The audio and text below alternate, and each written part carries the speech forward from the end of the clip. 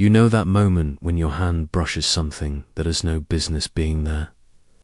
That was me, on my knees, in wet gravel, reaching under my car for a noise I couldn't place.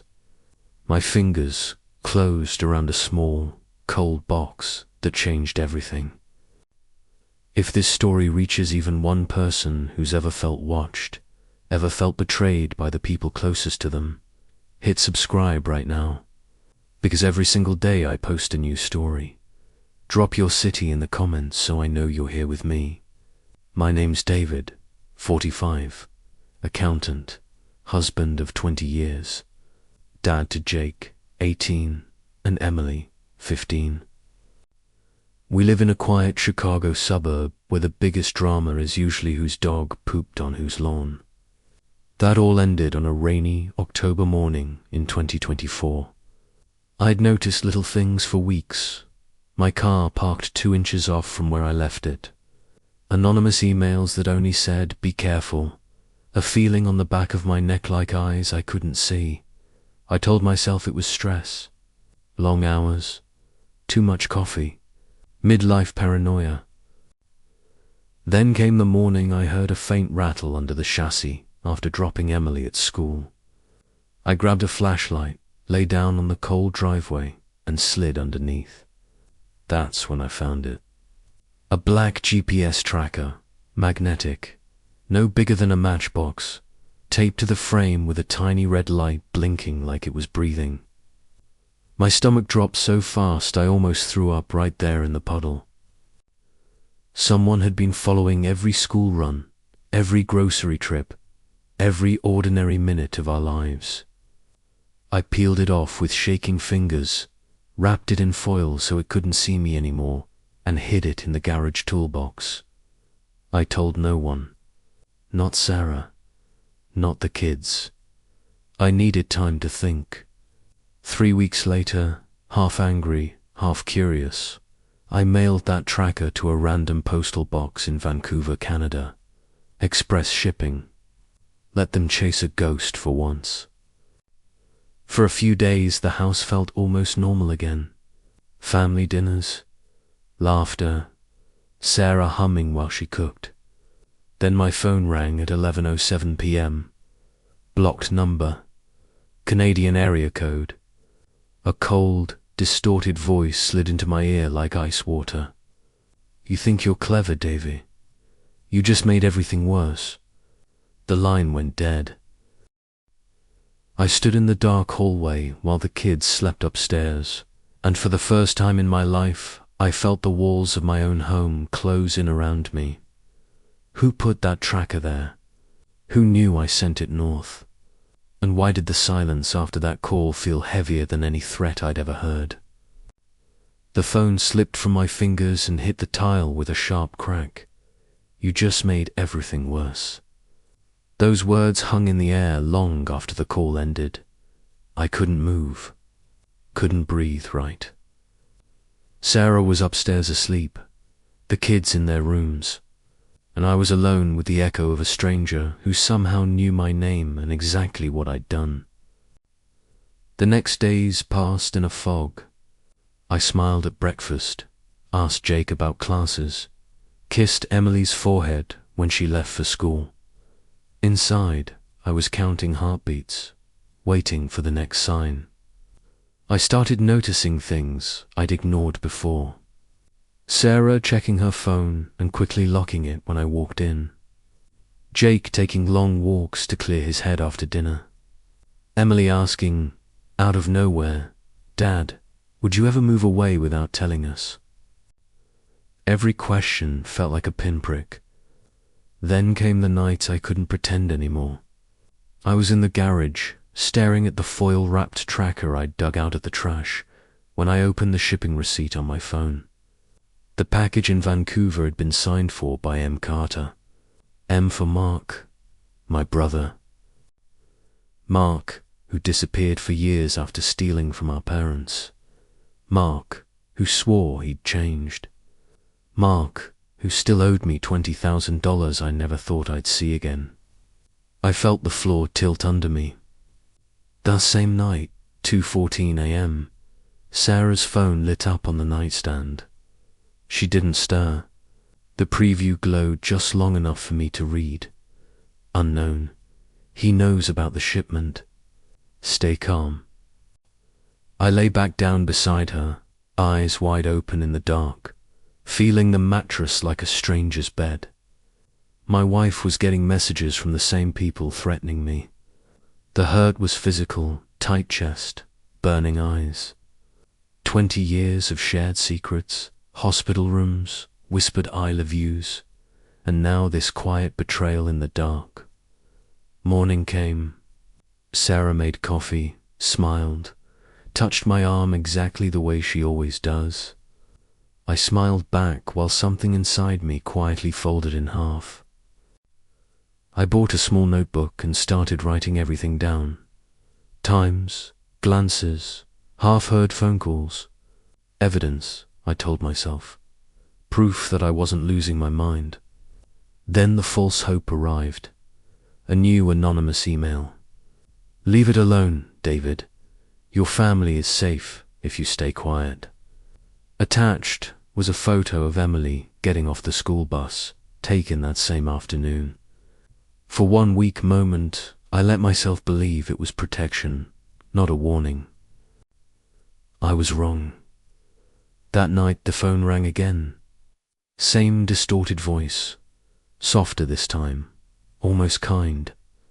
Send anything else to Canada, David, and we take something you can never get back. The call ended. I stood in the garage clutching that little notebook, pages already filling with the slow collapse of everything I loved.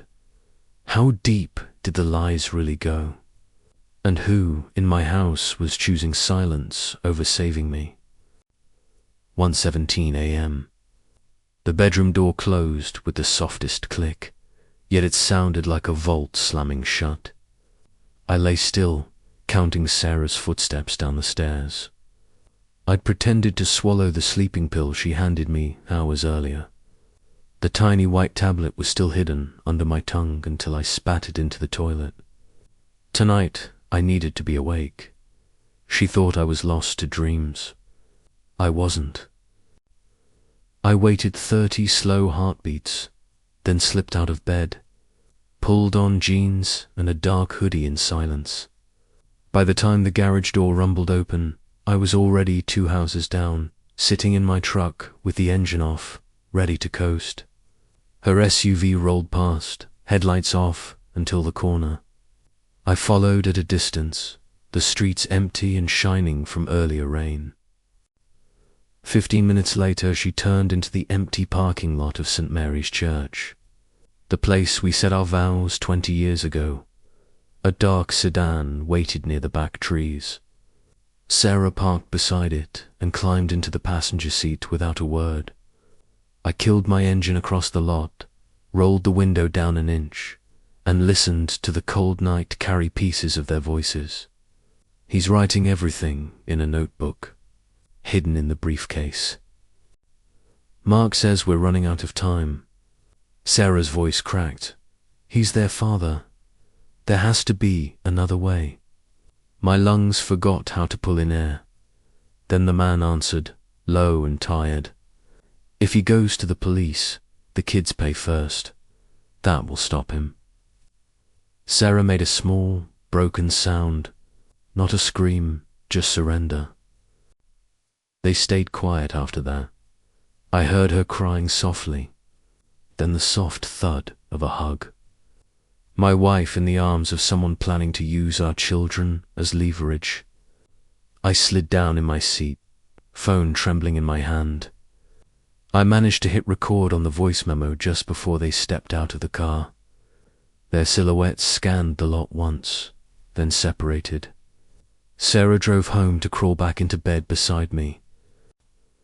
I stayed until the sky turned grey, replaying the recording until the words were burned into me. By the time I walked through my own front door, the smell of coffee and pancakes filled the house. Sarah smiled over her shoulder. You look exhausted, honey. Bad dreams? I nodded, kissed her cheek like nothing had changed. Inside, everything already had. I now knew my wife was part of it. I knew my brother was giving orders. I knew my children were the final threat. But I still didn't know why. What secret could be worth tearing a family apart piece by piece? I stopped sleeping in our bed after that night. I told Sarah the couch was better for my back. She nodded, eyes soft with worry, and I hated how easily the lie slid between us. 3 days later, on a grey Saturday, while Sarah took Emily to a friend's house and Jake was supposedly at the library, I used the quiet to search. Not drawers or closets. Those were too obvious. I went to the one place no one ever looked, the unfinished corner of the basement behind the water heater. I moved boxes of old Christmas decorations, coughing through dust, until my fingers found a loose panel in the drywall. It lifted away like it had been lifted 100 times before. Behind it, a fireproof lockbox the size of a briefcase. My hands shook so badly I almost dropped it. The combination was Emily's birthday. Of course it was. Inside were things that turned the air in my lungs to glass. Stacks of cash, maybe 40,000. A burner phone with one saved voicemail from Mark. If David ever finds out about the accounts, you know what has to happen. And worst of all, a thick folder of bank statements, offshore accounts in the Cayman Islands, all listing me as the sole signatory. Millions of dollars moving in and out over the last 4 years. Every transfer stamped with my forged signature. I sat on the cold concrete floor and understood in one crushing moment. Someone had been using my identity to hide money. A lot of money. The kind of money that gets traced by federal agencies. The kind that makes people desperate enough to track a husband, threaten children, and turn a wife into someone I no longer recognized. I felt the room shrink around me. The basement door creaked upstairs. Footsteps. Sarah's voice called down. Gentle, David. Are you home? I shoved everything back, closed the panel, and stacked the boxes exactly as they'd been. By the time she reached the bottom step, I was holding an old string of Christmas lights, pretending to untangle them. She smiled, uncertain. I thought you were napping. Just looking for these, I said, voice steady by some miracle. That night I lay on the couch listening to the house subtle, the folder burning behind my eyes. I wasn't just a target. I was the perfect fall guy. If the authorities ever came knocking, every document pointed to me. Embezzlement, tax evasion, maybe worse. Years in prison while the real criminals walked away with the money and my family. Sarah had known. Mark had planned it. And my children were sleeping upstairs, unaware their father was being erased, one forged signature at a time. I stared at the dark ceiling until the numbers blurred. Then I made a decision. I wasn't going to run. I wasn't going to confront them yet. I was going to disappear the only way they wouldn't expect, quietly, completely, and on my terms. But first I needed one more piece. Who else knew? And how much time did I have before they decided I was safer behind bars or gone forever? I woke up before the sun and made coffee like any other morning. But inside, I had already left. That was the first day of my quiet disappearance. I started with the smallest changes, so small no one would notice until it was too late. I opened a new checking account at a credit union across town using my middle name and mother's maiden name. I paid cash for a prepaid phone at a gas station the suburbs over. I rented a tiny storage unit under the same fake name and moved the lockbox contents there, piece by piece, photographing every page first. Each trip felt like peeling off a layer of the man they thought they knew. At home, I kept smiling. I helped Emily with algebra. I asked Jake about his girlfriend. I kissed Sarah goodnight and told her I loved her, because somewhere beneath the lies, I still did. Or at least, I loved the woman I thought she had been. The hardest part was the silence. Every time Sarah touched my arm or laughed at something I said, a voice inside me whispered, "She helped build the cage with your name on it." I swallowed the words and smiled wider. Then came the first real test. Thursday evening, family dinner. Mark showed up unannounced, something he hadn't done in years. He stood in our doorway with that old, charming grin, holding a bottle of wine like nothing had ever been broken between us. Sarah's face went pale for half a second before she recovered. Jake looked at the floor. Emily ran to hug her uncle. I felt the walls breathe in. We sat around the same table where birthdays and holidays had happened. Mark raised his glass. "To family," he said, eyes locked on mine. I raised mine back. "To family." Under the table, my new prepaid phone buzzed, a timer I'd set myself. I excused myself to take a work call and stepped into the garage. I opened the recording app I'd hidden in the ceiling rafter days earlier. It had caught everything from the kitchen, Mark's low voice after the kids left the table, Sarah's whispered panic, the sentence that turned my blood cold. "Mark, we move the last transfer next week. After that, David takes the fall, clean and quiet.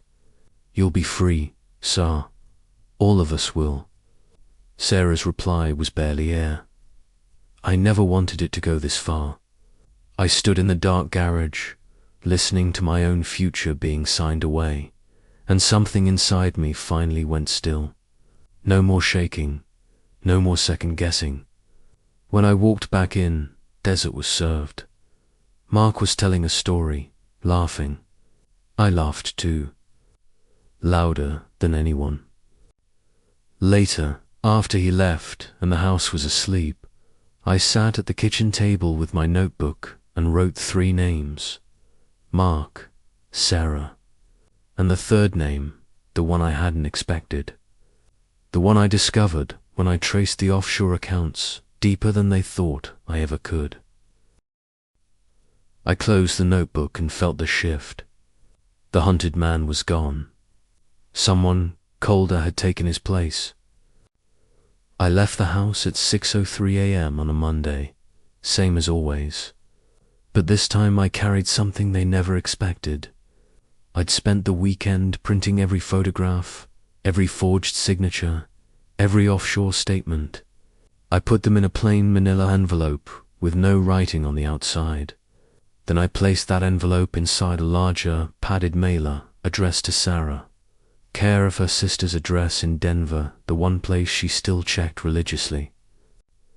I mailed it from a post office 30 miles away, wearing a baseball cap and sunglasses. No return address. Then I went to work and waited. Sarah got the package Wednesday afternoon. I know because I'd paid for tracking. I came home at the usual time. The house smelled like lasagna, her comfort food. She was at the stove, back to me, shoulders to still. "Dinner's almost ready," she said without turning around. I hung up my coat, slow and deliberate. "Good day." She nodded. Just once. We ate with the kids. Jake talked about midterms. Emily complained about gym class. Sarah smiled in all the right places, but her eyes kept drifting to the hallway where the mail sat on the console table. After the dishes, the kids disappeared upstairs. Sarah poured 2 glasses of wine and handed me one. Her hand trembled just enough for the liquid to ripple. "David," she started, then stopped. I waited. She tried again. If someone you loved made a terrible mistake years ago, and it kept growing, would you ever be able to forgive them? The question hung between us like smoke. I took a slow sip. Depends how much they were willing to lose to fix it. Her eyes filled. She looked away. That night she didn't come to bed until after 3 a.m. I heard her in the bathroom. The soft sounds of crying she thought the running faucet would hide. Thursday morning she asked if we could talk after the kids left for school. I said yes. She sat across from me at the kitchen table, the envelope between us like a loaded weapon. She hadn't opened it yet in front of me, but the seal was broken. "I never wanted you hurt," she whispered. "I know," I said. She looked up, startled that I didn't ask what was inside. "I need to tell you everything," she said, voice cracking. I leaned forward, gentle. "Start with why my name is on accounts I never opened." Tears rolled down her cheeks. She didn't wipe them away. "It began 6 years ago," she began. "Mark came to us, desperate. He owed people money, dangerous people. He said if he didn't pay, they'd come for all of us. He begged me to help just once." She swallowed hard. "I let him use your information for one transfer. Just one. Then it became 2. Then it snowballed. Every time I tried to stop, he showed me photos of the kids at school, at the park. He said we were all in too deep to walk away." Her hand shook as she pushed the envelope toward me. "I kept telling myself, if I stayed close, I could protect you. That's why I agreed to the tracker. To know where you were so nothing could happen to you." She was sobbing now, quiet and broken. "I became the thing I was trying to protect you from." I let the silence sit for a long time. Then I asked the only question that still mattered. "Is it over? Or are they still coming?" She looked at me with raw, terrified eyes. "Mark says one more transfer next week, then it's done. He promised." I nodded slowly. Promises from Mark were worth less than the paper they weren't written on. That night I held her while she cried herself to sleep, her head on my chest like the early years. I stroked her hair and felt the last warm piece of my heart go cold, because I already knew what she didn't.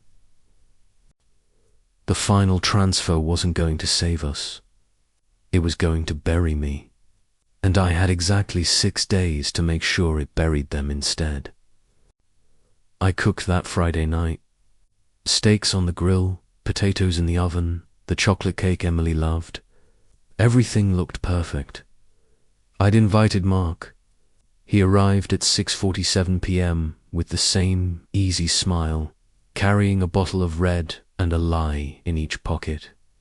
Sarah's eyes flicked to me the moment he stepped inside. She knew something was different, but she couldn't name it yet. The kids were thrilled to see their uncle. Jake clapped him on the back. Emily hugged him tight. I watched it all from the doorway and felt strangely calm, like a man watching his own funeral from the back row. We ate on the good plates. Mark told stories, made the kids laugh. Sarah drank 2 glasses of wine too fast. I barely touched mine. After dessert, I asked the kids to clear the table and go finish homework upstairs. They groaned but obeyed. The moment their footsteps faded, the air in the dining room changed. Mark leaned back, satisfied. "Great meal, brother. Almost like old times." I smiled. Almost. I reached into my jacket and placed a single flash drive in the center of the table. Small, black, innocent looking. Mark's grin faltered. "What's that?" "Everything," I said quietly. "Every account number, every forged signature, every offshore transfer, plus a nice long recording of you telling my wife the kids would pay if I didn't cooperate." Sarah made a small wounded sound. Mark's eyes went flat. "You're bluffing." I slid my phone across the table and pressed play. His own voice filled the room, clear and cold. After the last transfer next week, David takes the fall. Clean and quiet. You'll be free, sir. I stopped the recording. Silence pressed down like deep water. Mark tried to laugh it off. You doctored that. You think anyone will believe? I cut him off. The FBI will. I emailed it to a contact this morning, along with the documents. They're opening a file Monday. Sarah's hand flew to her mouth. Mark's face drained of color. I kept my voice level. Here's what happens now. You're going to call whoever you still owe and tell them the money train is finished. You're going to transfer every cent that's left into an account I control. And you're going to disappear, Mark. For good this time. He stared at me like he'd never seen me before. Sarah whispered, David, please. I looked at her, and for the first time in weeks the ache was gone. Only clarity remained. You chose, I said softly. Every day you woke up beside me and chose silence. That ends tonight. Mark stood so fast his chair tipped over. You have no idea who you're threatening. I didn't flinch. I know exactly who I'm talking to. A man who used his own nieces and nephew as leverage.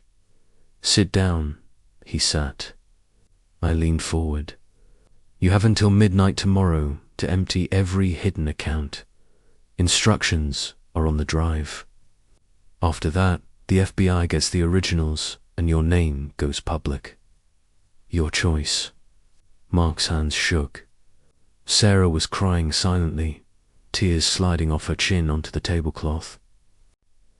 I stood. You both should leave now. Before the kids come down, Sarah tried to reach for me. I stepped back. The distance felt enormous. Mark walked out first. Sarah paused in the doorway, eyes pleading. I was trying to keep us safe, she whispered. I know, I said. But you kept them safe from everyone except you. She left without another word. I stood alone in the quiet house. The flash drive still sitting in the middle of the table like a small black bomb that had finally gone off. Upstairs, Emily was playing music. Jake was texting friends. They had no idea their mother and uncle had just walked out of their lives. I looked at the clock. 9:12 p.m. 48 hours until everything changed again. But this time, I wasn't the one running. The clock on my laptop read 11:59 p.m.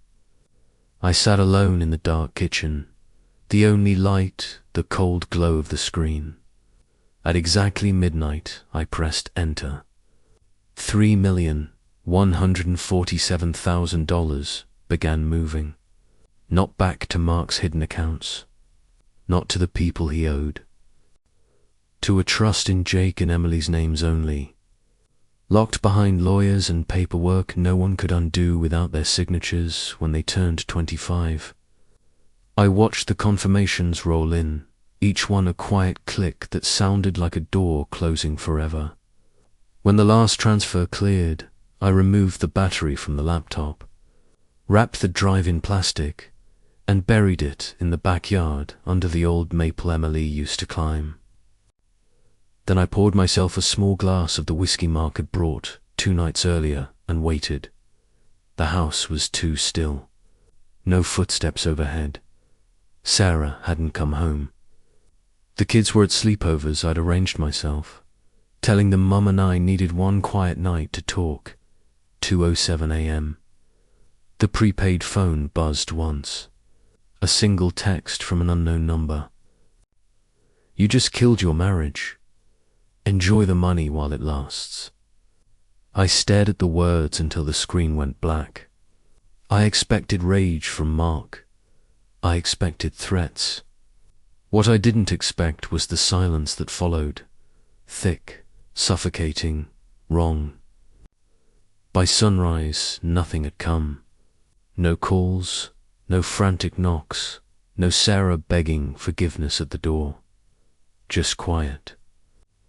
I made coffee with hands that finally stopped shaking. I sat at the table where we'd had our last family dinner and realized something that turned my stomach. Silence was worse than screaming. Silence meant they were planning. I opened the trust app on my phone one more time. The money was there, safe, untouchable. The kids were provided for no matter what happened to me now. I took a slow sip of coffee and felt the shift inside my chest, fear giving way to something harder. They thought they still held the cards. They had no idea I'd already played the only hand that mattered. But someone was about to force my next move. 3:14 a.m. The house was dark and the prepaid phone rang once, sharp like a knife on glass. I answered. Sarah's voice cracked through the line, raw and ragged. David, they have Emily. Everything inside me stopped. She was sobbing so hard the words kept breaking. Mark came to the motel, said the money disappearing was your fault, that you left him no choice. He took her, David. He took her to make you give it back. I stood up slowly, the chair scraping loud in the silence. Put him on the phone. A shuffle, muffled crying. Then Mark, calm as Sunday morning. Hey, brother. New rules. You move every cent back to the original accounts. By 8 a.m. you delete the files you sent the feds. You do it quietly. Emily has pancakes with you tomorrow. You fight me. And she disappears somewhere you'll never find her. We clear? I closed my eyes and heard my daughter's voice in my head from 2 Christmases ago, singing off-key under the tree. Proof, I said. A pause. Then the sound of the phone being passed. A terrified whisper. Daddy, I'm okay. I just want to come home. My knees almost gave out. Mark came back on. Clock's ticking. I'll text the account numbers in 10 minutes. Don't make me ask twice. The call ended. I stood in the kitchen with the dead phone in my hand and felt the last piece of the old David shatter on the floor. They thought they had one. They thought a father's fear would make him obedient. They were wrong. Because in that moment, something colder than fear woke up. I opened the laptop I'd buried in the backyard, plugged in the battery, and started typing. Not to move the money back, to finish what I started. And this time, no one was going to stop me. 3:27 a.m. The house was silent, except for the low hum of the laptop and the blood in my ears. Emily's scared whisper kept looping in my head. Daddy, I just want to come home. I opened 3 programs at once. First, the trust dashboard. Still locked, still untouchable. Good. Second, a secure email I'd prepared days earlier, addressed to Special Agent Laura Chun at the Chicago FBI field office. Subject line blank. Attachment. Every document, every recording, every transfer log.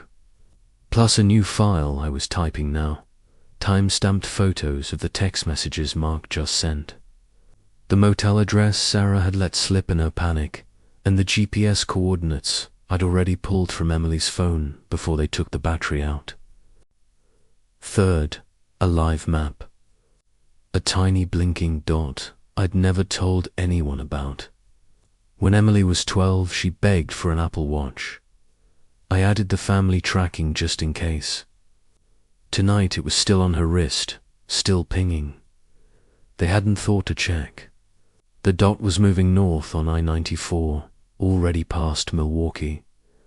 I hit send on the email to Agent Chun with one line. My daughter has been taken. Suspect, Mark Carter.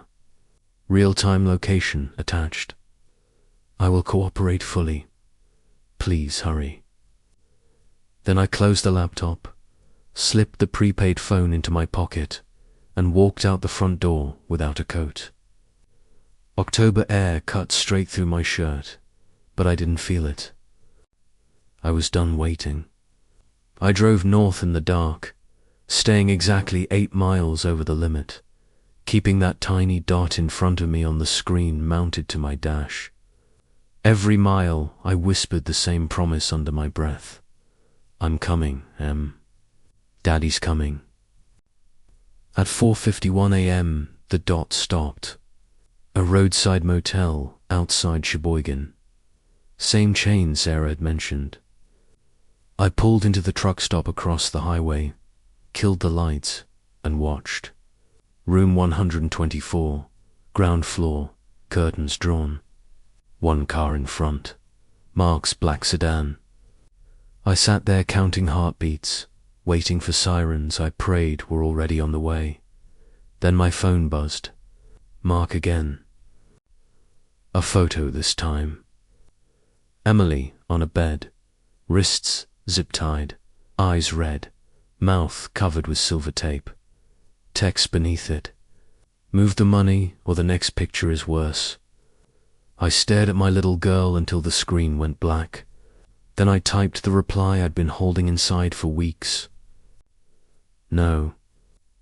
I turned the phone off, stepped out of the truck, and started walking across the empty highway toward room 124.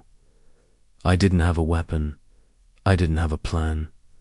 I only had one thing left they hadn't counted on. A father who had nothing left to lose. 4:58 a.m. The motel sign buzzed overhead. Half the letters burned out.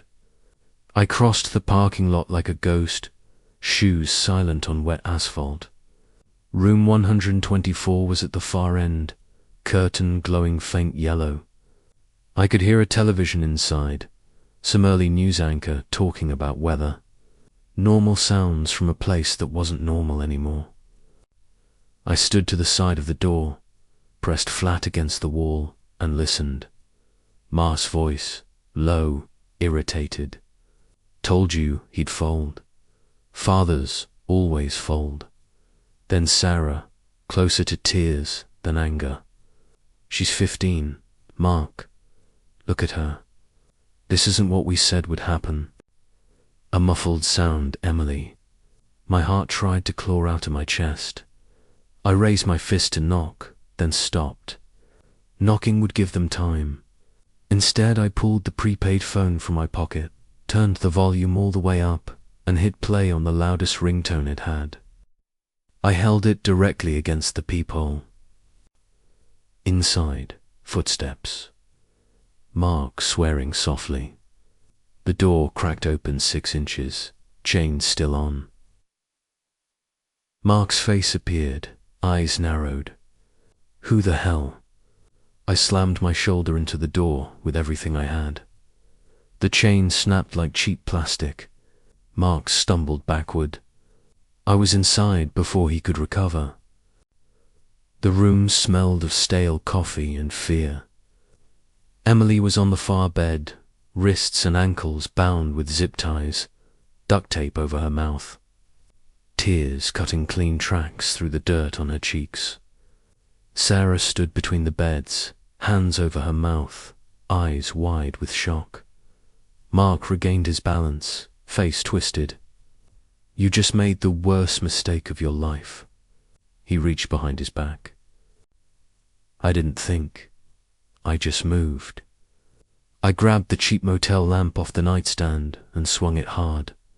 The base cut him across the temple. He went down to one knee, stunned. Sarah screamed my name. I dropped the lamp, fell to my knees beside Emily, and peeled the tape off as gently as I could. Daddy, she sobbed, the sound breaking something open inside me. I've got you, baby. I've got you. Behind me, Mark was already pushing himself up, blood trickling from his forehead. Sirens in the distance. Close now. Maybe 2 minutes out. Mark heard them too. His eyes darted to the door, then to me, pure panic. He lunged for Emily. I met him halfway. We crashed into the dresser together. A mirror shattered. I felt pain bloom across my ribs, but didn't let go. I held on like my life depended on it because hers did. Sarah was suddenly there, pulling at Mark's arm, screaming at him to stop. The door burst open. FBI, hands in the air. Now. 3 agents in windbreakers, weapons drawn. Red dots danced across Mark's chest. He froze. I let go and fell back, hands raised, breathing like I'd run a marathon. Agent Chun stepped forward, eyes taking in the scene, Emily crying, Sarah on her knees, Mark bleeding and defeated. "Mr. Carter," she said calmly, "step away from the girl." Emily launched herself into my arms the second the zip ties were cut. I held her so tight I felt her heart beat against mine. Over her shoulder I watched them cuff Mark. Sarah stood motionless, tears streaming, as an agent read her rights. Emily buried her face in my neck and whispered, "I knew you'd come." I couldn't answer. I just held on, sirens still singing outside. The worst night of my life finally ending in that ugly little room. But it wasn't over. Not yet. 5:47 a.m. The motel parking lot was a slow-motion blur of red and blue lights. I sat on the back bumper of an ambulance, blanket around my shoulders, Emily curled against my side like she was 6 again. She hadn't let go of my hand once. An agent brought her hot chocolate. She held it in both hands but didn't drink. She just needed something warm to hold. Jake arrived 20 minutes later, driven by a deputy who'd picked him up from his friend's house. He took one look at Emily, then at me, and the tough collar-skid mask fell off. He ran to us and we held each other in a clumsy, shaking huddle right there on the asphalt while strangers took photographs of the scene. Mark was gone in one car, Sarah in another. Separate destinations, same silence. Agent Chun crouched in front of Emily, gentle. "You're safe now, sweetheart. We're going to take care of everything." Emily nodded against my chest, then whispered, "Can we just go home?" We did. The house felt too big and too small at the same time. Sun was coming up, pale and cold. I made toast, nobody ate. Jake sat on one side of Emily, me on the other. None of us spoke for a long time. Eventually, Emily fell asleep on the couch, head in my lap. Jake carried her to her bed and tucked her in like when she was little. When he came back downstairs, his eyes were red. "Dad," he said, voice rough, "why didn't you tell us?" I looked at my son and felt every year of trying to protect him collapse at once. I thought if I carried it alone, you'd never have to feel this. He hugged me then, hard, like he was the parent. Later that morning, Agent Chun came to the house. She sat at our kitchen table and explained what happens next. Charges, hearings, frozen accounts, years of paperwork. She was kind but honest. "Your wife cooperated the moment we separated her from Mark," she said quietly. "She gave us everything. It'll help, but it doesn't erase what happened." I nodded. I already knew. Days blurred. Emily slept with her bedroom door open and the hall light on. Jake checked the locks 3 times every night. I barely slept at all. Sarah called once from the county jail. The officer said, "I didn't have to take it." I did. Her voice was small, stripped bare. "I know you can't forgive me. I don't expect it. I just needed to hear them breathing. Are they okay?" I looked toward the stairs where my kids were finally laughing at something on TV. They will be, I said, because they still have one parent who chose them over everything. She cried quietly. I waited until she was done, then hung up. Weeks later, the trust money was released early under emergency provisions. Enough for therapy, for college, for a future none of us had pictured. One night, Emily crawled into my bed at 2 a.m., something she hadn't done since she was 7. Daddy, she whispered in the dark, will it ever stop hurting? I pulled her close. It changes, I said. It gets quieter. And one day you wake up and the first thing you feel isn't pain anymore. It's morning. She fell asleep against my shoulder. Outside, the street was calm. No strange cars.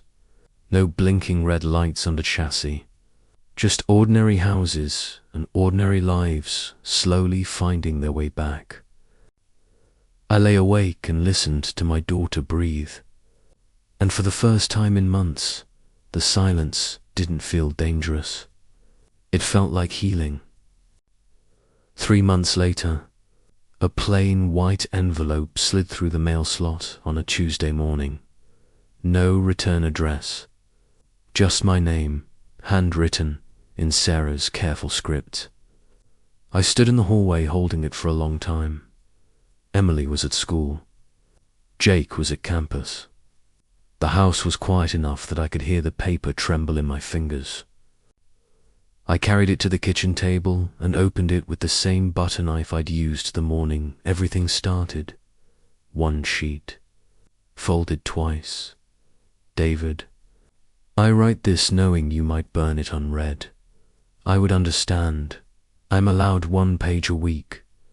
I've saved them all until I could say this without falling apart. I was weak when strength was required. I chose fear over truth every single day. I let Mark turn me into someone who hurt the people I swore to protect. There is no excuse big enough to cover that. But I need you to know 2 things. First, every time I looked at the tracker app, I was praying you were safe, not trapped. I see now how twisted that prayer became. Second, the day you walked into room 124 and I saw your face, not anger, just absolute refusal to lose her, something in me woke up. I realized I had never once stood between danger and my children the way you did that night. That moment will haunt me longer than any cell. I pleaded guilty to everything. No trial, no dragging the kids through more pain. I'll be away for years. Maybe that's fair. Maybe it isn't enough. Tell Emily her mother is learning, slowly, what courage actually looks like. Tell Jake his mom finally found the line she should have drawn a long time ago. And David, I don't ask for forgiveness. I only ask that when the hurt quiets, and I pray it does, you remember there was a time I loved you with everything I had. I just lost my way so completely that I forgot how to come home. If you read this far, thank you. If you didn't, I understand that too. Sarah. A small pressed violet was taped to the bottom corner, the kind that used to grow wild along our old walking trail.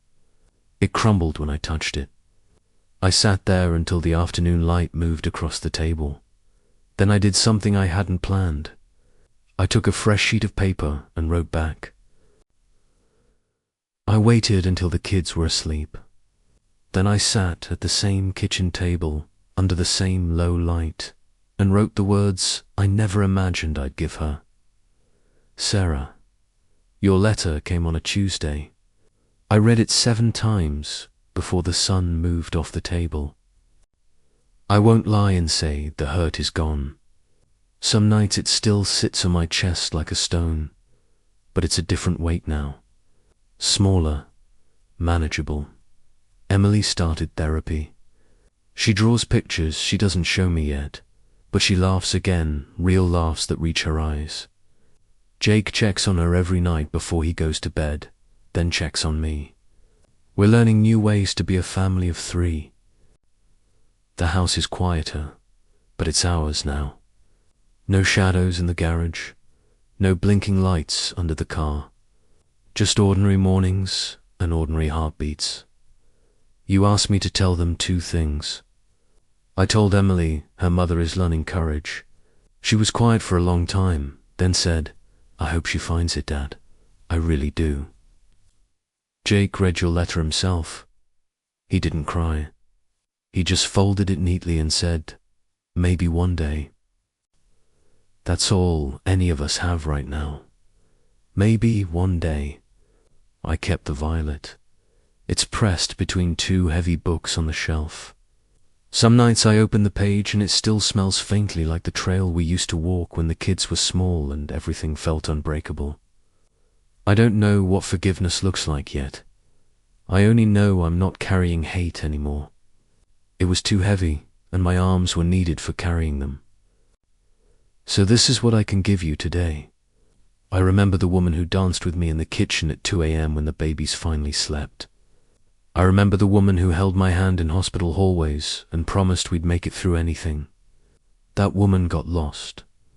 Maybe she's finding her way back. I hope so. For your sake more than mine. The kids and I are going to be okay. That's the part you helped save, even if you can't see it from where you are. Take care of yourself, Sarah. David. I folded the letter, slid it into a plain envelope, and wrote the prison address in the center. The next morning, I walked to the post office alone. The clerk weighed it, stamped it, and dropped it into the bin with hundreds of others. I stood outside in the cold for a minute after it had disappeared, feeling something loosen in my chest, not joy, not yet, but space. Room to breathe. When I got home, Emily was making pancakes and singing off-key. Jake was stealing bacon from the pan. They both smiled when I walked in. I smiled back, and for the first time in months, it didn't feel like pretending.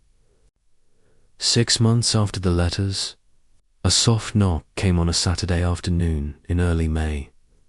I opened the door expecting a delivery or a neighbor. Instead, Sarah stood on the porch, thinner, hair shorter, wearing a plain grey coat and the same uncertain eyes she had the day we met in college. She held a small paper bag in both hands, like a shield. "Hi," she said, voice barely above the birds. Emily appeared behind me first, silent, eyes huge. Jake stepped beside her a second later. None of us moved.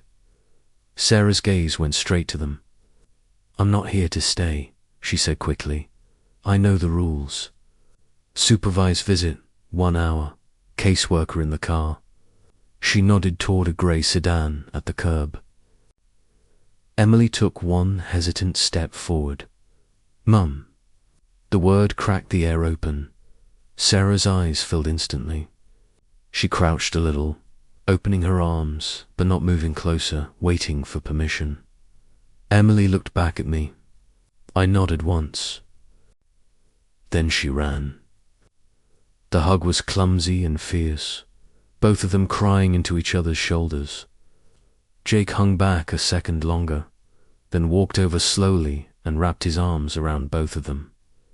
I stayed in the doorway and felt the past and the future meet in the middle of our front lawn.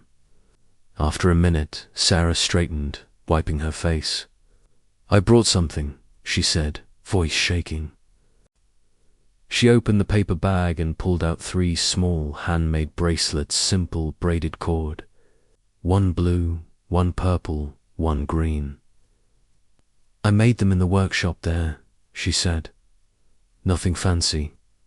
Just something I could do with my hands while I thought about you every single day." Emily slipped the purple one on immediately. Jake took the green and turned it over in his fingers before quietly fastening it. I stayed where I was. Sarah looked at me last. "I know 1 hour doesn't fix 6 years. I know that. I just needed to see with my own eyes that you're all okay." Emily grabbed her hand. "Come sit on the porch at least. Please." We sat on the steps, the four of us, like we used to on summer nights. The caseworker stayed in the car, giving us the illusion of privacy. Nobody said anything earth-shattering. Emily talked about school. Jake mentioned a new girlfriend and actually smiled. Sarah listened, like every word was water after a desert. When the caseworker finally stepped out and tapped her watch, Sarah stood.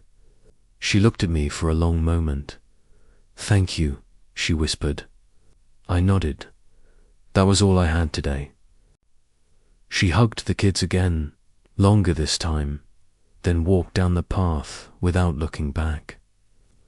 At the car, she paused, lifted one hand in a small wave, and got in. We watched them drive away. Emily leaned against me. "Will she come again?" "If she keeps doing the work," I said. "Yes." Jake exhaled slowly. It felt weird, but not bad weird. We stood there a while longer, the three of us, bracelets catching the late sun. Healing isn't a line you cross. It's a porch you sit on sometimes, together, even when everything still hurts a little. 1 year after the motel, a warm Sunday in late September, the kind of day where the air smells like cut grass and possibility. We stood in the backyard, me, Jake, Emily, and, for the first time in 13 months, Sarah. She had earned unsupervised visits, then overnight visits, then whole weekends. Slow, careful steps, supervised by people whose job it was to watch for cracks. There were still cracks, but they were shrinking. Today wasn't about court papers. Today was about a small red maple sapling Jake and I had picked out the day before. Emily carried the shovel. Jake held the tree. I had the watering can. Sarah brought the little ceramic marker she'd painted in her art therapy class. A simple white heart with all 4 of our initials inside. We took turns digging. The earth was soft and dark and smelled like forgiveness. When the hole was deep enough, we lowered the roots together for sets of hands on the burlap, steady and sure. Emily read the short poem she'd written for school and never shown anyone until now. Some things break so hard, you think they'll stay broken forever, but roots keep looking for light, even underground. Sarah's eyes shone, but she didn't cry. She just squeezed Emily's shoulder. Jake poured the first scoop of dirt. I poured the second. Sarah the third. Emily the last. We stood back and looked at our tree, thin, fragile, already leaning a little toward the sun. Sarah spoke first, voice low. "I don't get to live here again. I know that. But if it's okay, I'd like to come water it sometimes, just to watch it grow with you." Emily slipped a hand into Sarah's. Jake nodded. I felt the last heavy stone I'd been carrying in my chest roll away and settle quietly into the earth. "With the roots, yeah," I said. "We'd like that." We stayed outside until the sun dipped low and the sky turned the color of forgiveness, soft gold and rose. Later, after grilled cheese and too many cookies, Sarah kissed the kids goodnight in their rooms, something she hadn't done in over a year. She paused in the hallway, unsure where to put herself. I touched her elbow, gentle. "Guest rooms made up. Stay tonight. Drive back in the morning." She searched my face for judgment and found none. "Thank you," she whispered. That night I fell asleep to the sound of Emily laughing at something Sarah said through the walls. Jake's low chuckle following ordinary, impossible sounds. Outside, the little maple stood in the dark, roots reaching, leaves trembling in the breeze. It wasn't the family we once were. It was something new, scarred and careful and real, and it was enough. The first real frost came on a quiet Saturday in November. I woke before the sun, same as always, and padded downstairs in socks. The house smelled faintly of coffee and cinnamon rolls Emily had insisted on baking the night before. I opened the back door to let the dog out, the mutt we adopted 3 months ago. The one Emily named Tracker, because she said even the worst things can turn into something that protects you. The little maples stood silver with frost, stronger now, branches reaching higher than I expected. Its leaves had turned the color of fire. Sarah was already there, wrapped in my old grey coat, breath fogging in the cold. She held a watering can, even though the ground was frozen. She just liked the ritual. She turned when the door creaked. "Morning," she said softly. "Morning." We stood side by side, not touching, just watching the tree and the pale sky behind it. Emily appeared in the doorway a minute later, hair wild from sleep, blanket around her shoulders. "It's freezing. Come inside before the rolls get cold." Jake followed, carrying 2 mugs of coffee. He handed one to Sarah without a word. She took it with both hands, eyes shining. We migrated back in, 4 people and 1 ridiculous dog, crowding around the kitchen island like we'd never been apart. Emily cut the cinnamon rolls. Jake stole the corner piece with the most icing. Sarah laughed when the dog stole a whole roll and ran. I leaned against the counter and watched them, my kids, their mother. The ordinary chaos of a Saturday morning, and felt something settle into place so gently I almost missed it. Peace. Not the loud kind. The quiet kind that sneaks in after the storm and decides to stay. Later, when the sun was fully up and the frost had melted off the little tree, Emily dragged us all outside for a picture. She set her phone on the picnic table, timer ticking. We stood in front of the maple, me, Sarah, Jake, Emily, and Tracker sitting perfectly for once. The shutter clicked. Emily checked the photo and smiled, the first completely unguarded smile I'd seen in 2 years. "Look," she said, holding it up. 4 people, scarred and patched together, standing under red leaves that had somehow grown anyway.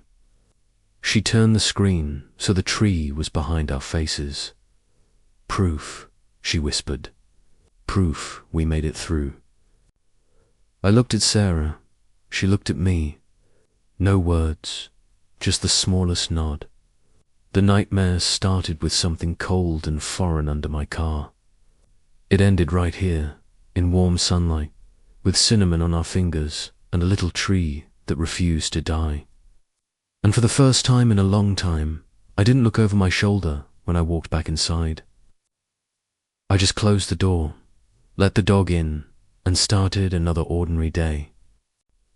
Because ordinary, after everything, felt like the biggest miracle of all. Thank you for staying with me through every step of this story. If it touched you, touched your family, touched something you thought was lost, share it. This is David, signing off for the last time. Like the video, turn on notifications, subscribe the channel. Your support helps us bring even more powerful stories to life. And remember, every betrayal writes a story. Every story deserves justice.